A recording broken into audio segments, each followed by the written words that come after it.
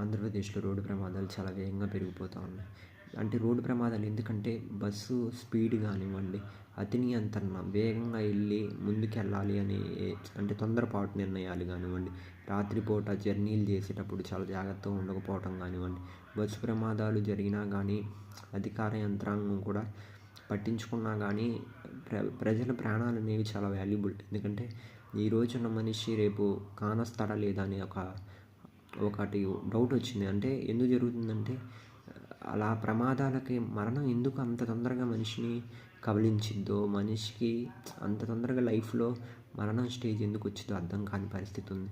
ఎందుకంటే మొన్న తాండూరులో జరిగిన సిచ్యువేషన్ మనం చూసి ఒకే కుటుంబంలో ముగ్గురు అంటే వాళ్ళు అక్కా చెల్లెళ్ళు, అంటే వాళ్ళు అక్కా చెల్లెళ్ళే కదా మనకి అక్కా చెల్లెళ్ళు వాళ్ళ ముగ్గురు, అంటే వాళ్ళ అక్క పెళ్ళికి వెళ్ళి వస్తూ ఉంటే వేరే పెళ్ళికి వస్తూ ఉంటూ ఆనందంగా ఎంతో సందడిగా గడిపారు.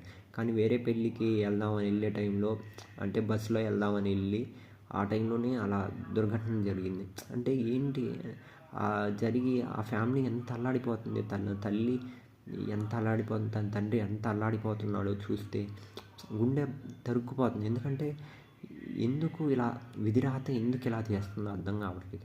విధికి శాపమా లేకపోతే మరణం అనేది ఏంటి అసలు? ఇది ఒక గమ్మత్తైన విషయం.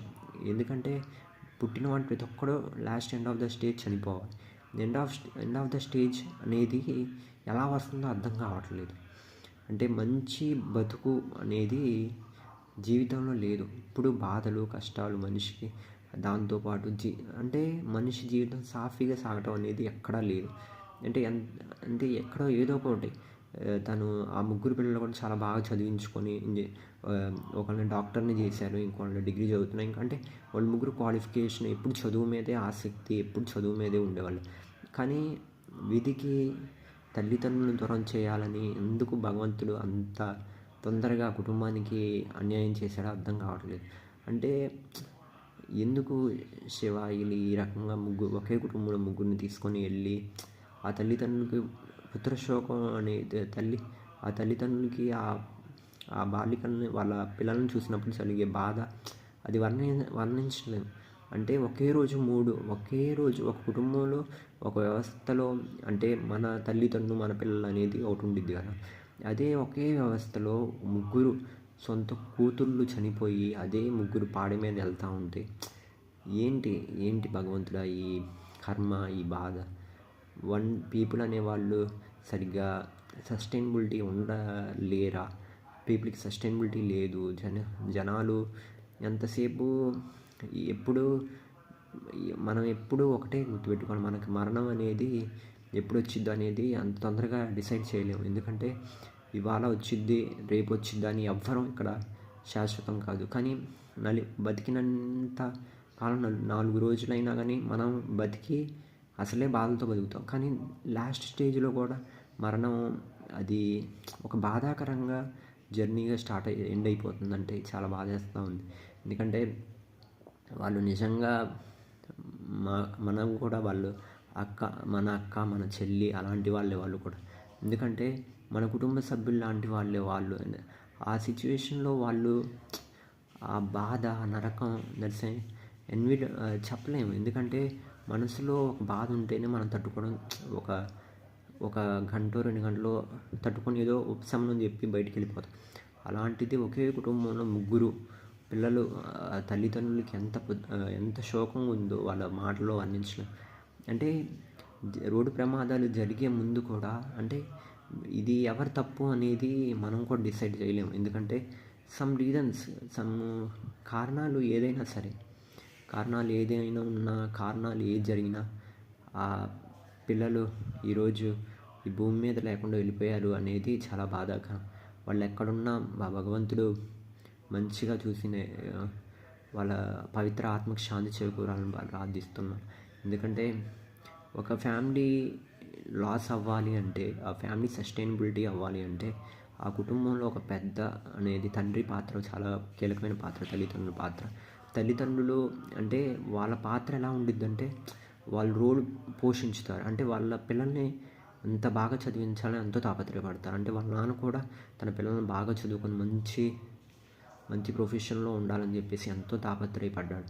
కానీ లాస్ట్కి విధి చేతుల్లో బలైపోయాడు. అంటే ఏంటంటే the moral value of the incident ఏంటంటే, మోరల్ వాల్యూ అని కాదు కానీ ఒక సంఘటన ఏంటంటే, ఉన్నన్ని 4 రోజులు హ్యాపీగా బతకటం, పోయే రోజు నువ్వు ఎవరైనా తీసుకెళ్ళేది ఏమీ లేదు, ఉట్టి చేతులతో వచ్చాం, ఉట్టి చేతులతో పోతాం. కానీ ఒక కుటుంబం మొత్తం కూడా చిన్న భిన్నం అయ్యి జరుగుతుంది అంటే ఏంటి, అసలు ఏం జరుగుతుంది, ఏంటి? సామాన్యుడు బతికింతేనా, భారమేనా? ఇప్పుడు సామాన్యులకి ఈ ఇండియాలో అని సామాన్యుడు ఎక్కడ బతకే సిచ్యువేషన్ లేదు, ఎక్కడ ఏం జరుగుతుందో తెలియదు. అసలే మధ్యతరగతి కుటుంబాలు, ఆ మధ్యతరగతి కుటుంబాల్లో కూడా వాళ్ళు హ్యాపీగా బతికేది ఎప్పుడైనా అంటే, వాళ్ళు ఎంత కష్టంలో ఉన్నా కానీ సాయంత్రం తమ పిల్లలు ఇంటికి వచ్చారంటే వాళ్ళకి అదొక ఆనందం. ఎందుకంటే మా పిల్లలు మా ఇంటికి వచ్చారు, వాళ్ళని చూసుకోవాలని. కానీ ఎందుకు ఇది ఎప్పుడు ఇది ఎందుకు జరుగుతూ ఉండిద్దో ఏం అర్థం కాదు. మృత్యువుని కబలించి చనిపోయి అసలు భగవంతుడు చూస్తున్నాడు అని ఉంది, కానీ ఒక చిన్న సిచ్యువేషన్లో కాపాడుంటే బాగుండు అనిపించింది. ఏది ఏమైనప్పటికీ ఆ కుటుంబం తీవ్ర దుఃఖంలో ఉన్న కుటుంబాన్ని ఆ భగవంతుడు చల్లగా చూడాలి. అండ్ అది కోలుకునే ధైర్యాన్ని, శక్తిని వాళ్ళకి ఇవ్వాలి. అదేవిధంగా వాళ్ళ జీవితంలో ఏదైతే వాళ్ళు లేని లోటు, అది వాళ్ళకి 4th సిస్టర్ వాళ్ళ అక్క ఉంది కదా, ఆ అక్కలో వాళ్ళ ముగ్గురిని చూసుకొని వాళ్ళు సాటిస్ఫాక్షన్ కానీ తీర్చలేము. ఎందుకంటే చూసుకొని ఇది ఒక ఫిలాసఫీ లాగా, భగవద్గీత ఫిలాసఫీలు ఎన్ని మనం చెప్పినా ఆ మదర్, ఆ తల్లి గుండె శోకంలో మునిగిపోయే ఉండిద్ది. ఎందుకంటే మనం చెప్పేది ఫిలాసఫీ ఏదో చెప్పినా అది ఎలా ఉండిద్దంటే ఆ కొద్ది క్షణం ఏదో రకం ఉండిద్ది, కానీ గుర్తుకొచ్చిన ప్రతి క్షణం అది నరకం. అంటే ఎలా ఉండిద్దంటే, ఇప్పుడు నరకం అంటారు, నరకం వాళ్ళు ఎక్కడో చూడరు, అంటే ఈ భూమి మీద చూసినట్టు అనిపించింది. ఎందుకంటే we have the in our system we have yet families. ఆ ఫ్యామిలీస్లో మనం ఒక నలుగురు అన్న తమ్ముళ్ళు చెల్లెళ్ళు వీళ్ళంతా ఉండి జరుపుకుంటే అది ఒక ఆనందం ఉండిద్ది. ఎవరో కుటుంబంలో ఒక్క పాత్ర లేకపోయినా ఆ బాధ ఇప్పటికీ కాదు ఎప్పటికీ ఉంటుంది. ఎందుకంటే సిచ్యువేషన్ అనేది ఎలా ఉండిద్దో ఇప్పటికీ ఎవరికీ తెలియదు. సిచ్యువేషన్లో తగి జీవించడం అనేది చాలా కష్టం. ఎందుకంటే ఈరోజు ఉన్న పరిస్థితి రేపు ఉంటుందని నమ్మకం లేదు. రేపు ఉండే పరిస్థితి ఖచ్చితంగా ఈ రోజుటికి తగినట్టు ఉండిద్దని ఉండదు. అందుకనే చెప్తారు కదా పెద్దలు, ఇంటికి పెద్ద దిక్కు లేకపోతే ఇంట్లో ఉన్న వాళ్ళకి ఏం అర్థం కాని పరిస్థితి ఏర్పడిద్ది. అంటే పెద్ద దిక్కు